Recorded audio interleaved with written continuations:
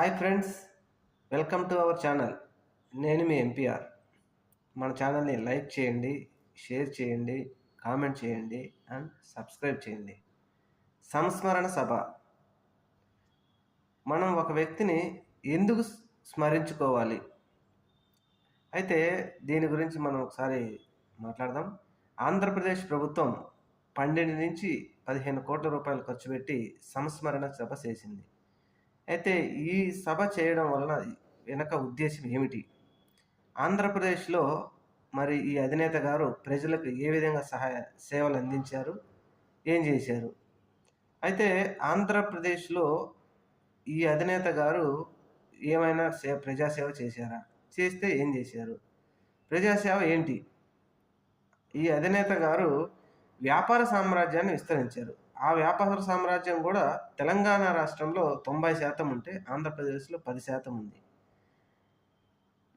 ఆయన ప్రతి రూపాయి కూడా వ్యాపార సామ్రాజ్యాన్ని విస్తరించుకోవడానికే ఆయన చేశారు కానీ ప్రజలకు ఏమైనా ఉపయోగపడే పనులు చేశారా? ఆయన గారు చేసింది ఏంటి అంటే, ఆయన వ్యాపార సామ్రాజ్యాన్ని అభివృద్ధి చేసుకునేటప్పుడు అందులో అవసరం నిమిత్తం కావలసినటువంటి కొంతమంది ఉద్యోగులని ఉపాధి అవకాశాలు ఇచ్చారు. అంతేకాని అంత కాకుండా ఇంకేమైనా చేశారా? ఏం చేయలేదు. అయితే ఈరోజు మరి ప్రభుత్వం ఎందుకు చేసింది? అప్పట్లో నందమూరి తారక రామారావు కాంగ్రెస్ ప్రభుత్వంతో విసిగిపోయి ఉన్నారు ఆంధ్రప్రదేశ్ ప్రజలు. అది ఆయన గమనించి స్వతహాగా మన తెలుగు రాష్ట్రానికి ఒక పార్టీ కావాలని చెప్పి ఆయన పార్టీ పెట్టిన అతి కొద్ది రోజుల్లోనే అధికారం చేజిక్కించుకొని ముఖ్యమంత్రి అయ్యారు. ఆ తర్వాత ఆంధ్రప్రదేశ్ రాష్ట్రానికి ఎన్నో పనులు చేశారు. పేదవారికి ఎన్నో పనులు ఆయన సహాయం చేశారు. అలాగే సినీ రంగంలో దాసరి నారాయణరావు గారు ఉన్నారు.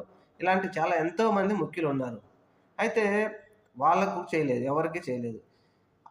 రామారావు గారిని అధికారంలోని దించేసి ఆ పార్టీని వేరే వ్యక్తుల చేతుల్లోకి పోయేటట్టు చేసినందుక, లేకపోతే అసలు ఆ వ్యక్తే ఉండకూడదు, ఈ వ్యక్తి ఇలాంటి వాడు అని చెప్పి ప్రతిరోజు ఆయన మీద పేపర్లో పుంఖానుపుంఖాలుగా రాసిన వీరా? అలానే ఆంధ్రప్రదేశ్లో 2019 నుంచి 2024 వరకు ఉన్న గవర్నమెంట్, ఆ వ్యక్తి ఒక పార్టీ స్థాపించుకొని స్వతహాగా ఆయన 10 సంవత్సరాలు కష్టపడి ముఖ్యమంత్రి ఒక వ్యవస్థను ఏర్పాటు చేసుకొని పేద ప్రజలకు సహాయం చేసి ఆ వ్యక్తిని దించడానికి పలు రకాలుగా ఆయన మీద నిందలేసి ఆయన దించేసినందుక, పేద ప్రజలకు ఏదైనా చేసిన వ్యక్తిని అన్యాయంగా ఆ విష ప్రచారం ప్రజలు నమ్మి ఆయనను అధికారంలో నుంచి దించడానికి సహకారం అందించినందుకు సంస్మరణ సభ చేశారా? మరి ఎందుకు చేసింది ప్రభుత్వం? మరి ఏమనుకోవాలి ప్రజలు అంటే, పలు రకాలుగా ఇప్పుడున్న ప్రభుత్వాధినేత మరి ఆ రోజుల్లో నందమూరి తారక రామారావు గారికి ఇన్ని రోజులలో ఏ రోజైనా ఒక సంస్మరణ సభ పెట్టి స్మరించుకున్నారా? మరి ఆ పార్టీకి సంబంధించిన వారు కానీ వాళ్ళు కానీ ఎవరైనా ఎప్పుడైనా అడిగారా? కనీసం భారతరత్న అయినా ఎందుకు తేలేకపోయారు ఎన్టీ రామారావు గారికి అని ఎవరు అడగలేదు, అడగడగోరా. ఎందుకంటే అది వాళ్ళ ఇష్టం. అయితే ఇప్పుడు ఇది ఎందుకు చేశారు? గత ప్రభుత్వం సిట్ వేసింది, ఈ అధినేత గారి మీద సిట్ వేసి రకరకాలైనటువంటి కేసులు పెట్టారు. ఎందుకంటే ఆయన చేసిన వ్యాపారం అలాంటిది. చిట్లు కావచ్చు, పచ్చళ్ళు కావచ్చు, బ్యాంకింగ్ రంగాన్ని దెబ్బతీసే విధంగా ఆయన చేసిన పనులు అలా ఉన్నాయి కాబట్టి వాళ్ళు స్విట్ వేశారు. దాన్ని కోర్టులో అవి నడుస్తూ ఉన్నాయి. అయితే ఇప్పుడు కొత్త ప్రభుత్వం ఏర్పడిన వెంటనే ఆ సిట్ కార్యాలయాన్ని మూసేసి దాన్ని తీసేశారు. అంటే కేసులు వెనక్కి తీసుకుంటారా లేకపోతే ఏం చేస్తారనేది రాబోయే రోజుల్లో తెలుస్తుంది.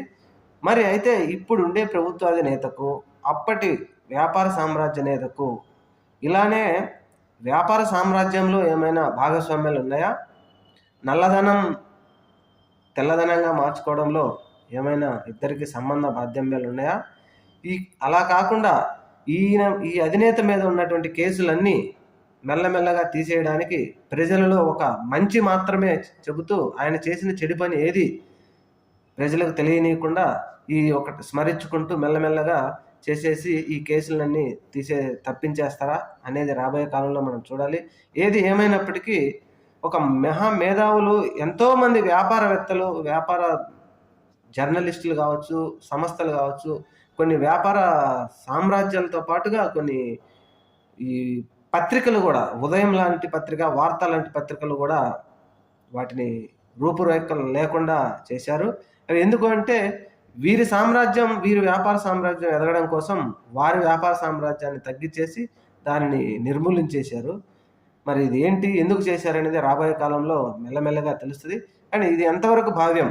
ఇన్ని కోట్లు, 15 కోట్లు ఖర్చు పెట్టి, ప్రభుత్వ దానాన్ని ఖర్చు పెట్టి స్మరించాల్సిన అవసరం ఏముంది? ఎన్టీ రామారావు గారి గురించి ఎప్పుడైనా స్మరించారా అనేది చూద్దాం. మరి రాబోయే కాలంలో ఇప్పుడున్న ప్రభుత్వ అధినేతకు కానీ, అప్పటి అధినేతకు కానీ ఏమైనా చీకటి కోణంలో బంధాలు, బాంధవ్యాలు ఉన్నాయనేది రాబోయే కాలంలో మనకు తెలుస్తుంది. Thank you. మన ఛానల్ని సబ్స్క్రైబ్ చేయండి.